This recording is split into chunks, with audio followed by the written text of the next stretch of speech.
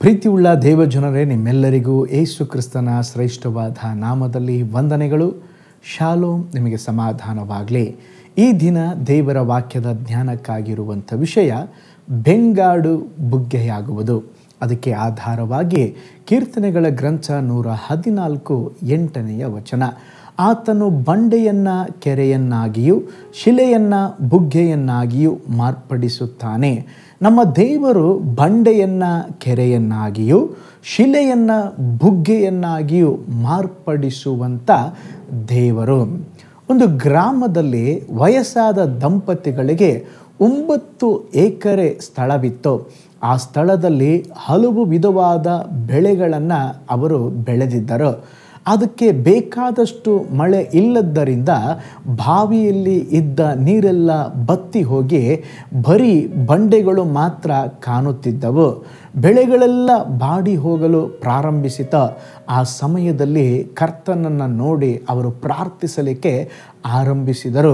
ಒಂದು ದಿನ ಸತ್ಯವೇದದ ವಾಕ್ಯಗಳನ್ನು ಓದುತ್ತಿದ್ದಾಗ ಕೀರ್ತನೆ 114:8 ನಾವು ಓದಿದಂಥ ವಾಕ್ಯ ಭಾಗ, ಆತನು ಬಂಡೆಯನ್ನು ಕೆರೆಯನ್ನಾಗಿಯೂ ಶಿಲೆಯನ್ನು ಬುಗ್ಗೆಯನ್ನಾಗಿಯೂ ಮಾರ್ಪಡಿಸುತ್ತಾನೆ ಎಂಬಂಥ ವಾಕ್ಯ ಓದಿದಾಗ ದೇವರು ಅವರ ಜೊತೆಯಲ್ಲಿ ಮಾತನಾಡಿದ ಹಾಗೆತ್ತು. ಹಾಗೆ ಅವರ ನಂಬಿ ಆ ರಾತ್ರಿ ಕುಟುಂಬ ಪ್ರಾರ್ಥನೆಯಲ್ಲಿ ವಾಕ್ಯವನ್ನು ಹಿಡಿದು ವಾಗ್ದಾನವನ್ನು ಹೇಳಿ ಪ್ರಾರ್ಥಿಸಲಿಕ್ಕೆ ಆರಂಭಿಸಿದರು.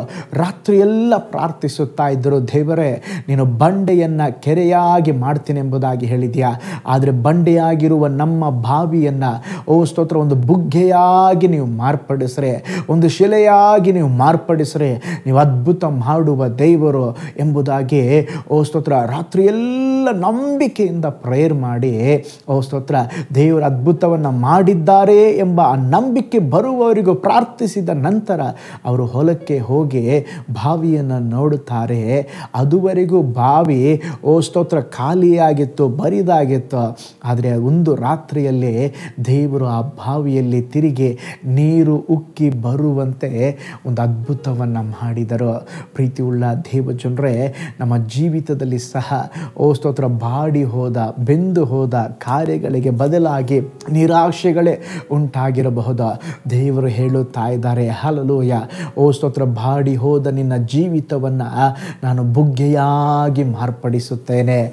ಸ್ತೋತ್ರ ನಿರಾಶೆಗೊಂಡ ನಿನ್ನ ಜೀವಿತದಲ್ಲಿ ನಿರೀಕ್ಷೆಯನ್ನು ನಾನು ಕೊಡ್ತೇನೆ. ನೋಡ್ರಿ, ಅಬ್ರಹಾಮನು ಅವನ ಹೆಂಡತಿ ಸಾರಳು ಸ್ತೋತ್ರ ವಯಸ್ಸು ಮೀರಿ ಮುಪ್ಪಿನಲ್ಲಿ ಇದ್ದರು, ಮಕ್ಕಳೇ ಆಗೋದಿಲ್ಲ. ಆದರೆ ದೇವರು ವಾಗ್ದಾನವನ್ನು ಹಿಡ್ಕೊಂಡಾಗ, ದೇವರು ಅದ್ಭುತ ಮಾಡಿದಾಗ 100ನೇ ವಯಸ್ಸಿನಲ್ಲಿ ಈಸಾಕನನ್ನು ಕೊಟ್ಟು ಅವನ ಮೂಲಕ ದೊಡ್ಡ ಸಂತತಿಯನ್ನು ದೇವರು ಏರ್ಪಡಿಸಿದರು. ಪ್ರೀತಿಯುಳ್ಳ ದೇವಜನರೇ, ನಿಮ್ಮ ಜೀವನದಲ್ಲಿ ಕೂಡ ಅನೇಕ ಸತ್ಯ ವೇದ ವಾಕ್ಯಗಳ ಮೂಲಕ ಪ್ರತಿದಿನವೂ ನಿಮ್ಮ ಜೊತೆ ಮಾತಾಡ್ತಾರೆ. ನೀವೇನು ಮಾಡಬೇಕು? ಆ ವಾಕ್ಯವನ್ನು ಹಿಡಿದುಕೊಂಡು ಪ್ರಾರ್ಥಿಸಬೇಕು. ಆ ವಾಕ್ಯವನ್ನು ಹಿಡಿದುಕೊಂಡು ಪ್ರಾರ್ಥಿಸುವಾಗ ಹೇಗೆ ಆ ದಂಪತಿಗಳ ಜೀವಿತದಲ್ಲಿ ಅದ್ಭುತವನ್ನು ಮಾಡಿದರೋ, ನಿಮ್ಮ ಜೀವಿತದಲ್ಲಿ ಸಹ ಅದ್ಭುತಗಳನ್ನು ಮಾಡಲು ದೇವರು ಶಕ್ತನಾಗಿದ್ದಾರೆ. ಸ್ತೋತ್ರ, ನೀವು ಮದುವೆಯಾಗಿ ಅನೇಕ ವರ್ಷಗಳಾಗಿರಬಹುದು, ಮಕ್ಕಳ ಭಾಗ್ಯಕ್ಕಾಗಿ ಕಾದಿರಬಹುದು, ಒಂದು ಕೆಲಸ ಮಾಡುತ್ತಾ ಇನ್ನು ಗೌರ್ಮೆಂಟ್ ಸ್ತೋತ್ರ ಪರ್ಮನೆಂಟ್ ಆಗಿ ನಿಮಗೆ ಬರದೇ ಇರಬಹುದು. ಸ್ತೋತ್ರ ಅದಕ್ಕಾಗಿ ಕಾಯುತ್ತಾ ಇರಬಹುದು.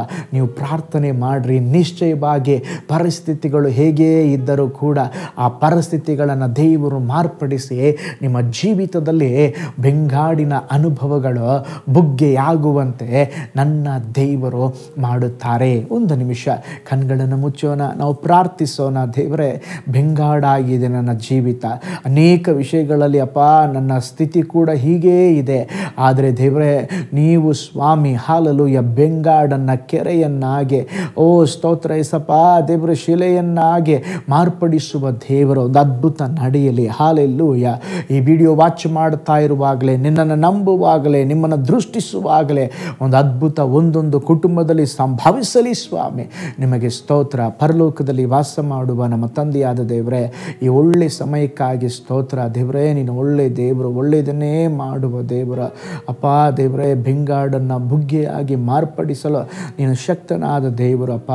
ಎಷ್ಟೋ ಜೀವಿತಗಳು ಬೆಂಗಾಡಾಗಿದೆ, ನಿರಾಶೆ ಆಗಿದೆ, ಮರುಭೂಮಿಯ ಅವಸ್ಥೆಯಲ್ಲಿದೆ. ನೀವು ಅವರ ಜೀವಿತದಲ್ಲಿ ಕೂಡ ಒಂದು ಅದ್ಭುತವನ್ನು ಮಾಡಿರಿ, ಒಂದು ಬಿಡುಗಡೆಯನ್ನು ಕೊಡ್ರಿ. ನೀವು ಆಳ್ವಿಕೆ ಮಾಡಿರಿ, ಒಪ್ಪಿಸಿಕೊಡ್ತೇವೆ, ದೊಡ್ಡ ಕಾರ್ಯ ಮಾಡಿರಿ. ಈ ದಿವಸ ಜಯವನ್ನು, ಅದ್ಭುತವನ್ನು, ಬಿಡುಗಡೆಯನ್ನು ನಿನ್ನ ಜನರಿಗೆ ಕೊಡ್ರಿ.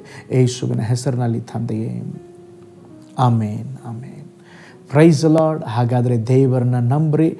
ಬೆಂಗಾಡಾದಂಥ ನಿಮ್ಮ ಜೀವನ ಸ್ತೋತ್ರ ಬುಗ್ಗೆಯಾಗಿ ಮಾರ್ಪಡುವುದು. ನಾಳೆ ಮತ್ತೊಂದು ದೈನಂದಿನ ಧ್ಯಾನದಲ್ಲಿ ನಾನು ನಿಮ್ಮನ್ನು ಸಂಧಿಸ್ತೇನೆ. ನಾನು ನಿಮ್ಮ ಪ್ರೀತಿಯ ಸೇವಕ pastor Paul Joy. God bless you all.